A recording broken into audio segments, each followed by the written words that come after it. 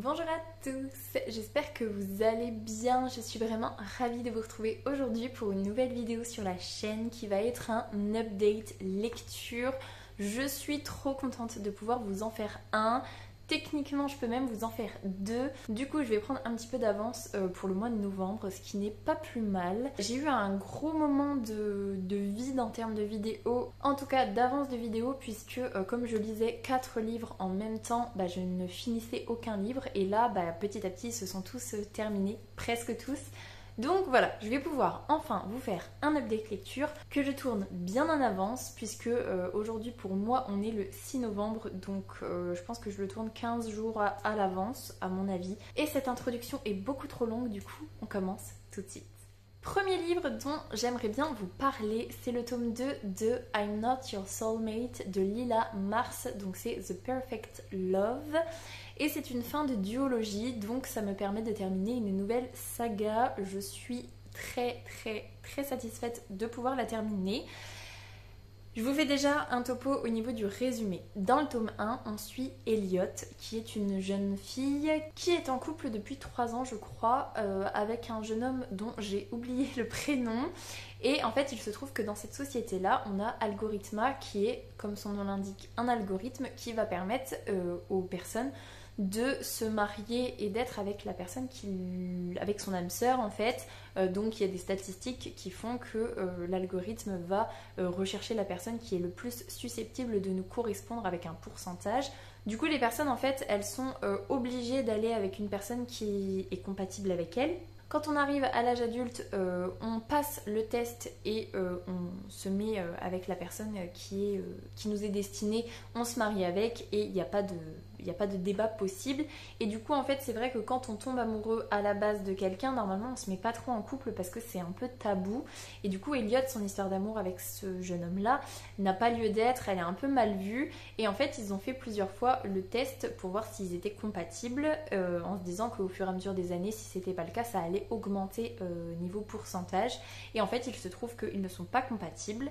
Mais un jour en fait quand elle arrive à l'âge adulte, elle se rend compte qu'elle est compatible à 98,9%. Je crois que c'est ça, ou 99,9%. Il me semble que c'est 98,9% avec le frère aîné de son chéri dont j'ai oublié le nom, qui s'appelle Isaac. Et là je crois qu'il s'appelle vraiment Isaac. Bref, elle est obligée de se mettre avec, de se marier avec, alors que elle est toujours amoureuse de son frère en fait. Et en plus, elle n'apprécie pas du tout Isaac. Donc voilà, au final, on va suivre leur relation qui démarre comme ça alors qu'ils sont contre l'un et l'autre. En sachant en plus que Isaac est vraiment un rebelle dans le sens où Algorithma pour lui c'est pas possible, forcer les gens à se marier, même si c'est selon un pourcentage scientifique, pour lui c'est pas possible. Et donc voilà, il est dans le mouvement rebelle et on va suivre un petit peu la découverte du mouvement rebelle. On va suivre un petit peu leur histoire qui va quand même se tisser parce que c'est réel, le 98,9% de compatibilité est quand même réel. Et donc en fait ils vont finir par apprendre à se découvrir et à s'aimer en fait tout simplement. Et on a un gros retournement de situation qui va se passer à la fin du tome 1 et donc le tome 2 c'est comment l'histoire va évoluer après ce retournement de situation là et comment l'histoire va se terminer. Maintenant, ce que j'en ai pensé, le tome 1 j'avais vraiment beaucoup aimé, j'avais eu une frénésie de lecture, je m'attendais pas du tout à ça. Et même si c'est un livre qui parle de l'alchimie, qui parle des âmes sœurs, globalement je trouve que l'histoire d'amour c'est pas ce qui prenait le plus l'importance. C'était vraiment comment la société est organisée, comment on peut se rebeller contre la société. Voilà, c'était à peu près ça et j'ai trouvé ça très intéressant. Et pour le coup, la romance était très chouette à suivre, donc j'ai vraiment beaucoup aimé tout ça. J'attendais beaucoup du tome 2 en fait.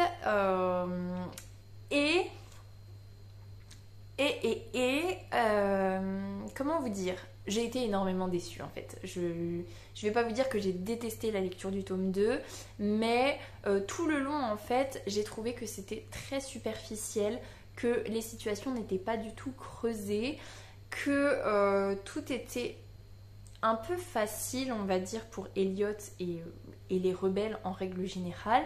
Et pour le coup, en fait, déjà Elliot, elle prend énormément de mauvaises décisions qui vont faire que sa position va être un peu compromise. Enfin, pas vraiment compromise, mais on va penser qu'elle fait partie des traîtres alors qu'en fait, non.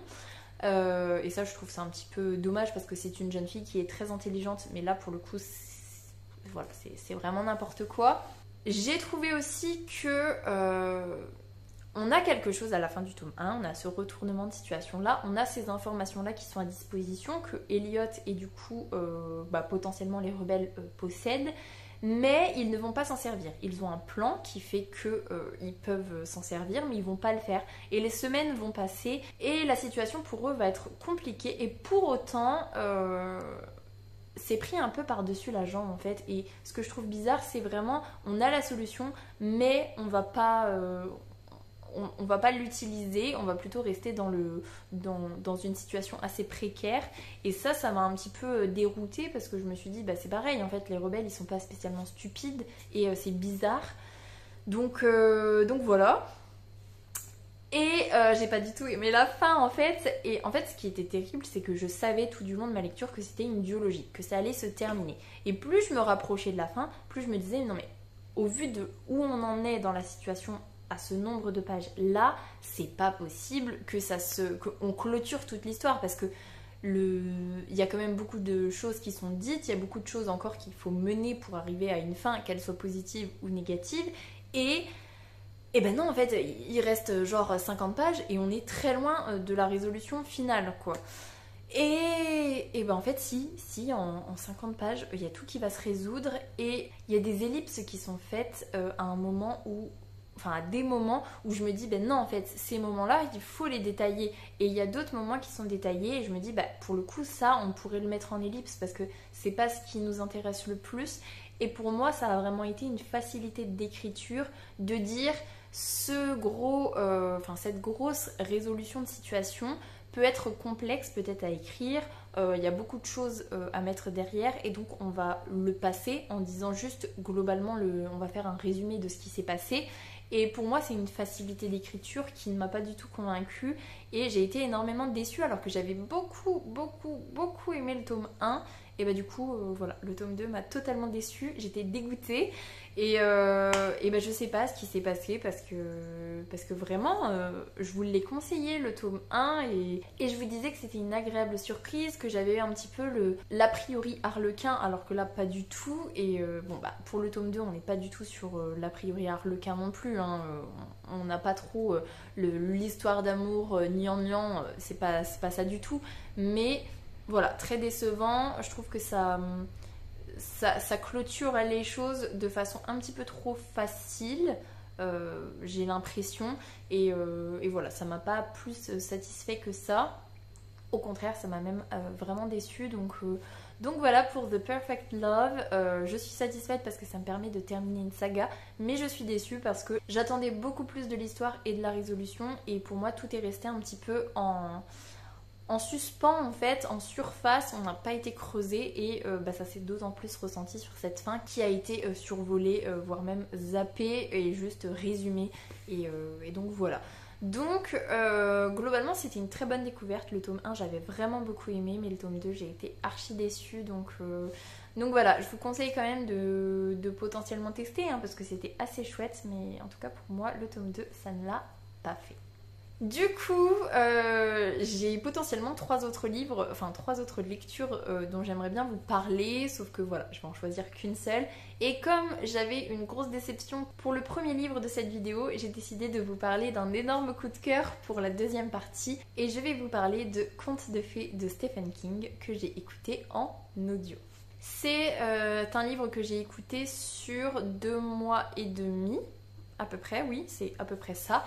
Et immense coup de cœur. En gros, on va suivre Charlie Reed, qui est un adolescent, qui est plutôt bien aimé au lycée, qui est assez sympathique, hein, somme toute. Et en fait, quand il est petit, sa mère va vivre un accident qui va faire qu'il va devenir orphelin de mère. Il va vivre avec son père qu'il aime beaucoup, mais son père va sombrer dans l'alcool suite à la mort de sa femme. Et en fait, on va arriver petit à petit au fait que son père va réussir à remonter la pente. Et donc Charlie, lui, il décide, il passe un accord avec Dieu, entre guillemets, en disant si mon père arrive à en sortir, je suis prêt à faire quelque chose en fait pour contrebalancer, on va dire, ou pour payer la dette. Et en fait, il se trouve qu'un jour, il y a un voisin, bon, assez éloigné de là où il habite, mais bon, bref, on s'en fiche. Il a un voisin qui va tomber d'une échelle, je crois, qui va se casser la jambe, il me semble. Ça remonte à 2 mois et demi, hein, donc niveau résumé du début, j'ai un peu de mal. Donc qui va se casser la jambe. Charlie va décider de l'aider, même si c'est un voisin qui est considéré comme très grincheux, qui n'aime pas les gens, enfin voilà. Et en fait, il se trouve que ce voisin-là, il va avoir une chienne qui va devoir être prise en charge, puisque lui, il va aller faire un énorme séjour à l'hôpital.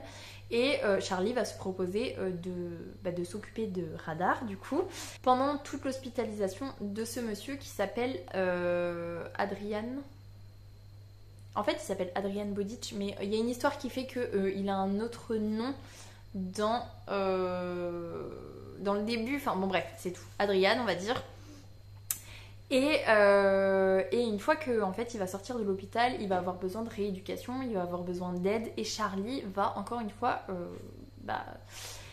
se proposer de l'aider. Il va tisser une relation avec cet homme-là qui va finir par lui révéler que il y a un monde caché en fait dans sa cabane de jardin. Et voilà, globalement c'est à peu près ça. J'ai pas trop envie de spoiler parce que globalement en fait je ne savais pas du tout de quoi ça allait parler. Avant de me lancer dans l'écoute, tout ce que je savais c'était que c'était du Stephen King, que le titre c'était Contes de fées, et c'est tout en fait. J'avais juste besoin de ça. Et globalement il y a juste besoin de savoir ça. C'était une pépite. J'ai écouté 25% à peu près dans la voiture quand on a déménagé, parce que j'avais 6 heures de voiture toute seule, donc j'en ai profité pour bien écouter le début. Et je savais déjà que ça allait être un coup de cœur parce que l'univers est incroyable, les personnages sont fous. Le personnage de Radar, enfin la chienne, est tellement attachante. J'aime d'amour Radar, j'aime aussi d'amour Charlie, qui a un petit côté sombre d'ailleurs, mais j'aime énormément ça. Toute la partie dans le monde du dessous, du coup, dans le monde de contes de fées, on peut dire, je le trouve incroyable, et je n'ai vu venir aucune des situations. La grosse péripétie qui se passe dans ce monde-là, je ne l'ai pas vraiment vu venir. Et tout était bien en fait, la résolution était incroyable, et l'évolution du personnage de Charlie, comment il va se servir de toutes les situations qu'il vit, de son intelligence, hein, pour évoluer, pour résoudre les épreuves qui vont venir jusqu'à lui. Je trouve ça fou, et c'est pas facile là pour le coup, comparé à The Perfect Love où je vous disais que rien n'était travaillé. Là on sent que Stephen King, au même titre que tous ses romans, enfin en tout cas au même titre que les romans que j'ai lus de lui, l'univers est extrêmement travaillé. Les personnages sont très travaillés, et tout est parfait, tout s'emboîte parfaitement, et ça a été une expérience de lecture et d'écoute du coup vraiment topissime. Surtout que le narrateur, enfin le lecteur, je vous remettrai le nom ici parce que je m'en souviens plus, il est incroyable. Franchement, l'univers raconté du coup avec les voix, parce qu'il fait toutes les voix qui sont trop bien. Les Soldats de la Nuit, pour ceux qui l'ont lu en papier, la voix je la trouve trop bien. Comment il fait les Soldats de Nuit, c'est topissime. Comment il fait Kaylin, je trouve ça trop bien aussi niveau voix, ça met vraiment dans l'ambiance. Même Flight Killer, top. Bref, tout est top. Tout est incroyable, et j'avais vraiment une frénésie d'écoute. Il fait 26h30 30 à peu près d'écoute, donc c'est pour ça aussi que j'ai mis beaucoup de temps à l'écouter, parce qu'à part les gros trajets en voiture, j'en avais un petit peu cet été mais pas tant que ça. Bah après voilà, je suis plus lecture papier quand même et je pense pas forcément à écouter, mais globalement je vous conseille Fairy Tail. Voilà, je redis encore Fairy Tail, je vous en parle en long, en large, en travers dans les vlogs, mais voilà, j'aime pas trop le titre de conte de fées, je préfère Fairy Tail, qui veut dire la même chose, hein, mais je préfère le titre anglais. Bref, tout ça pour vous dire que n'hésitez pas une seule seconde, c'était une pépite, et si vous voulez l'écouter en audio, ça vaut franchement le coup, parce que le narrateur, enfin le lecteur est incroyable, donc voilà, tout est top, et je vais m'arrêter très certainement là, parce que je pourrais pendant une demi-heure vous dire que les personnages sont incroyables, que les situations sont incroyables, que les retournements de situation sont fous, mais voilà, on tournerait vite en rond. Je n'ai aucune critique à faire. La seule petite chose qui est un petit peu dommage pour moi, c'est que quand j'écoute en audio, je suis totalement prise dans le récit, mais il y a aussi des moments où je suis moins concentrée dans ce que j'écoute, et donc peut-être que j'ai pas une lecture aussi fluide et aussi investie que si je la faisais en papier, mais franchement Stephen King je préfère en audio, et quand c'est lu avec une qualité pareille, je ne regrette absolument pas. Donc voilà. En plus la couverture je la trouve super belle, je me demande même si je ne vais pas me le procurer en version papier, parce que franchement j'ai pas lu énormément de Stephen King, mais là clairement c'est mon Stephen King préféré parmi ceux que j'ai lus. C'était juste trop bien, et voilà en fait, tout simplement. Donc voilà pour Contes de Fées. Je vais m'arrêter là. Du coup, je vous laisse là-dessus pour cette update lecture. J'espère qu'il vous aura plu. Si c'est le cas, n'hésitez pas à mettre un petit pouce dans les airs, à vous abonner à la chaîne et à venir discuter avec moi en commentaire. Ça me fera super plaisir. Et je ne le redirai jamais assez. Mais si vous ne savez pas quoi mettre en commentaire et que vous avez envie quand même de participer, un petit tigre dans les commentaires, ça sera très apprécié. En tout cas, je remercie les personnes qui commentent. Ça me fait trop plaisir à chaque fois. Et voilà, bref. Sur ce, je vous souhaite une très belle semaine, de très belles lectures, et je vous dis à la semaine prochaine. Salut!